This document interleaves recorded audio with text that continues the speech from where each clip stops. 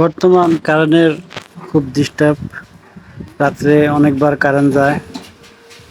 একবার কারেন্ট গেলে 1 ঘন্টার নিচে আসে না। তো রাত্রে গরমে ঘুমাইতে পারি না। আমাদের হাত পাখাও নাই। হাত পাখা একটা ছিল, সেটা ভেঙে টুকরা টুকরা হয়ে গেছিলো। সেই হাত পাখাটা অনেক দিন ধরে বলে একটু সেরে দিতে, তো আমি সময় পাই না। তো আজকে রাত্রে বাসায় ফিরছি, তো আমার বউ অনেকদিন ধরে বলে হাত পাখাটা ঠিক করো, সময় পাই না, আজ রাতে ঠিক করতে হবে, কারণ কারেন্ট গেলে পরে ঘুমাইতে পারি না, অসহ্য হয়ে যায়। তো হাত পাখাটা আমারও বউ কাপড় দিয়ে মুড়ে সেলাই করে দিচ্ছে। আমি এখন হাত পাখাটা ঠিক করব। তো অনেক কষ্ট করে হাত পাখাটা ঠিক করতেছে। এখন হাত পাখা কিনবো, এরকম সিজন নাই কোন জায়গায় কিনবো। তো কিনবার যাওয়াটা কিন্তু একটা সময়ের দরকার। এখন দামটা বেশি, সমস্যা না। তো দেখলাম যে আমি চেষ্টা করে ঠিক করা যায় নাহি। তো চেষ্টা চালা যেতেছি। আমার ওই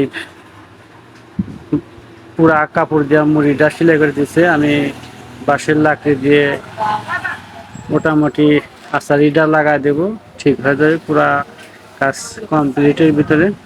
তো দেখছেন অনেক সুন্দর করে মুড়িটা সেলাই দিছে। তো আমি ইনশাল্লাহ আজকে হাত পাখাটা তৈরি করে আপনার আজকে লাস্টে দেখাবো। তো একটা হাত পাখার দামই মাত্র 50 টাকা, কিন্তু খাটনিটা কিন্তু হচ্ছে আমরা প্রায় আধা ঘন্টার ভিতরে। কারেন্ট বর্তমান খেতে বিক্রি করতেছে, সেজন্য আমাদের হাত পাখাটা তৈরি হয়ে গেছে আজকে ইনশাল্লাহ। এতদিন কারেন্ট ডিস্টার্ব করে নাই, হাত পাখার প্রয়োজন হয় নাই। তো আমরা আজকে হাত পাখাটা তৈরি করে ফেলেছি ইনশাল্লাহ। আপনারা দেখবেন আমাদের হাত পাখা নষ্ট হয়েছিল, ফেলে দিয়েছিলাম, সেটা কিভাবে আজকে আমরা কিভাবে ফাইনালি হাত পাখা বানা ফেলা দেখেছেন। অরিজিনালি হাত পাখা তৈরি করে ফেলেছি। জীবনের একটা প্রথম কাজ, হাত পাখা আমি কোনোদিন বানাই নাই। আজকে ভাঙা হাত পাখা তৈরি করে নতুন করে বানিয়ে ফেললাম।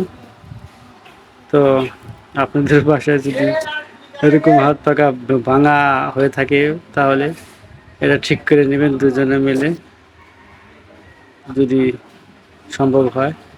তো আমরা অনেক সুন্দর করে সিস্টেম করে নিয়েছি, অনেক সুন্দর রয়েছে।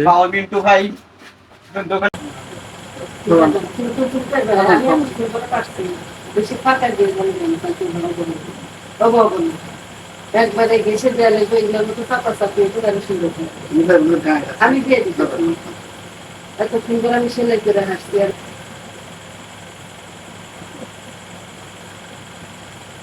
গ্যাস লাইট লাগবে না।